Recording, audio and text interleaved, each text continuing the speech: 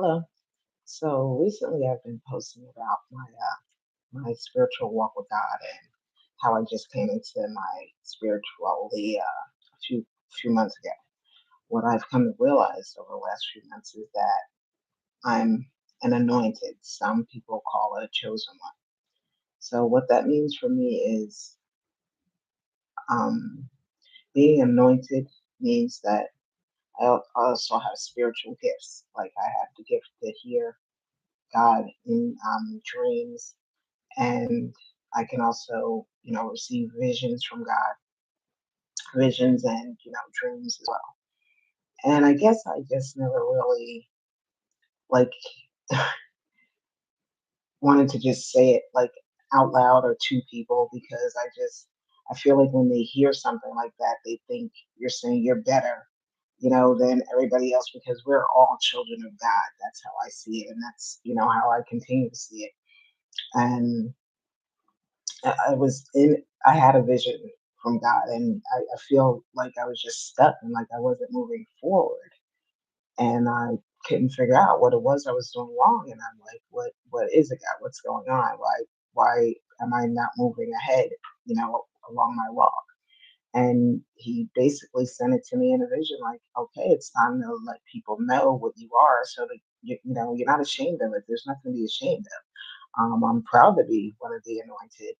I don't feel like I'm better than anybody else. And I think it's something to be desired and something to be because just because I've acquired these gifts, I think a lot of us have it anyway, but choose to ignore it and not, try to develop our skills. And, I know when I was younger, I was always able to see spirits. And when I was a small child, people think you're crazy. They think you're schizophrenic because when you're a young child, you're just thinking everybody else can see it too. So, it's not like a big deal.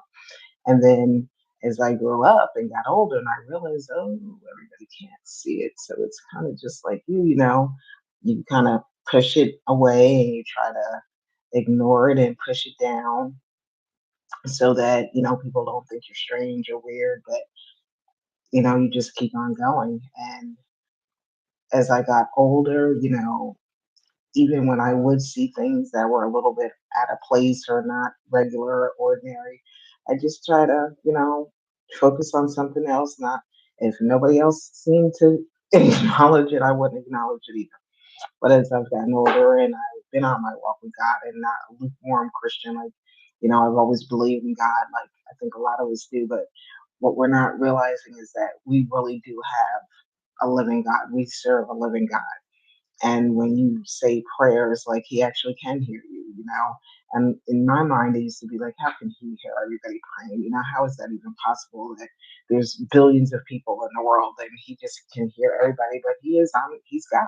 He created us all. So all things are possible with God. And, while I was in this walk and once I started, speaking to him and praying more regularly and more often and realizing, yeah, he actually does answer prayers. Like I had put in another post, I always wanted to be a writer and I actually wrote a book that's like more like a series of books. It's like an anthology of books. And I never thought I'd be able to complete it, because my focus was always on something else. I was always doing something else. But with his guidance and, his wisdom, his help, I was able to focus, and get that done. And the same way as I can, hear him and know what moves to make in my life to make myself more, enhanced and more enriched and to grow in spirit and to grow in my walk with him. I've just come across the fact that we need to let other people know that this is a living God. Like I never understood like the idea of idols and like what all that was about. Like don't worship idols, and it's worshiping pictures. You don't have to worship a picture of God when all you have to do is get on your knees and pray and you can actually get answers from him. He will listen.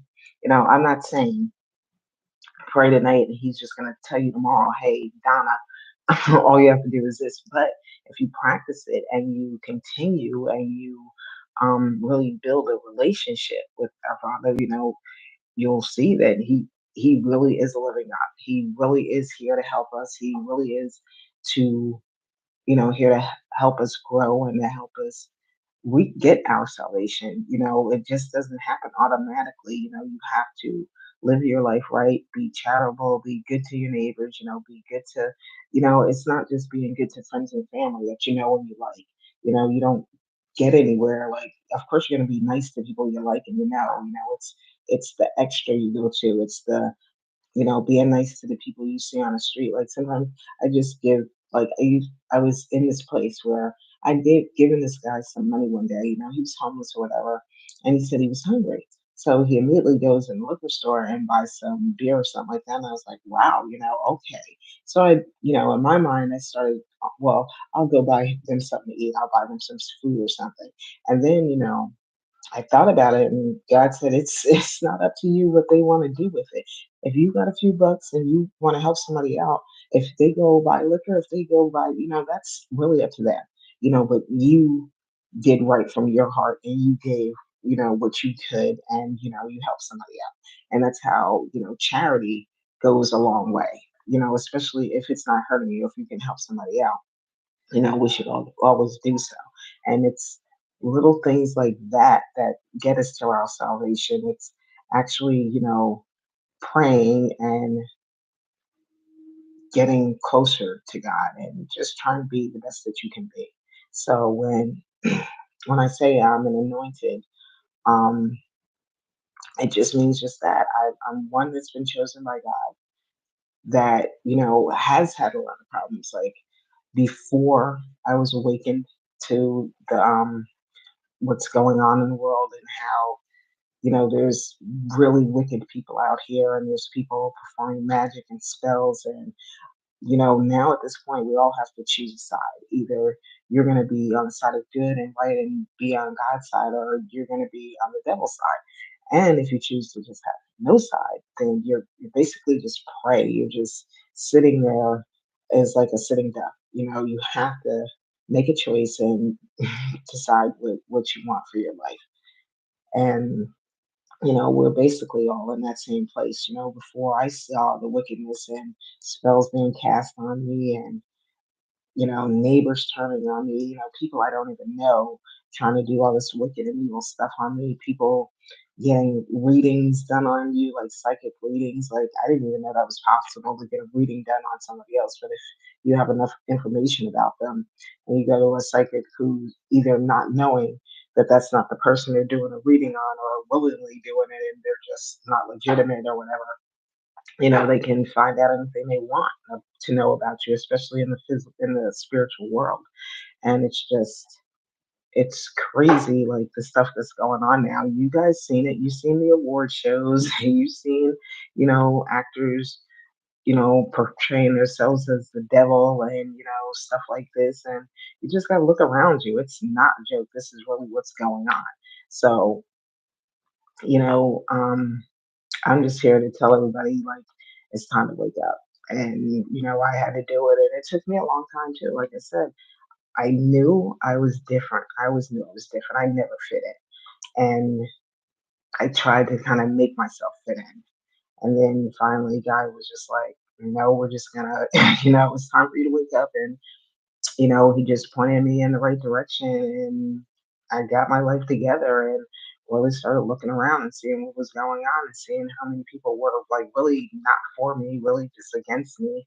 And, you know, luckily for me that I had God on my side all these years because I should have been done it. Like it was so many times people have tried to take me out and it doesn't even make any sense. Like I said, a lot of these people I don't even know. But I'm going on with my walk with God, and this was just the first video talking about that aspect of my spiritual walk and what it means to me to be chosen. Because, like I said, I'm just really getting a grips of understanding it myself. Like I said, we're all children of God, but it was just now that I realized what that really means for me and my circumstances, and also for my children too, as well, because certain spiritual gifts have passed down now from me to my children as well.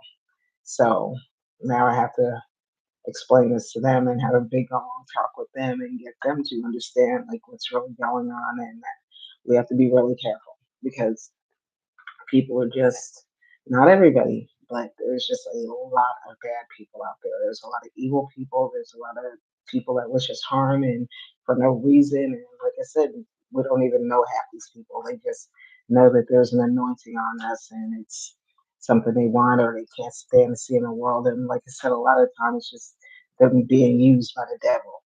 You know, as soon as he gets done with them, once they, can't get at us or can't make us turn to the evil side, which is never going to happen. If we haven't turned at this point, we're not going to turn. There's only one road to salvation. Like I said, you can save up and get millions and billions of dollars in this lifetime, but you can't take it with you. The true reward is at the end of this lifetime when we let go of these vessels, these shells that we're in now, and our true reward is meeting God in glory and living in the everlasting life in the kingdom of God. So it's time to wake up and make a choice. Have a good night, y'all. Love you.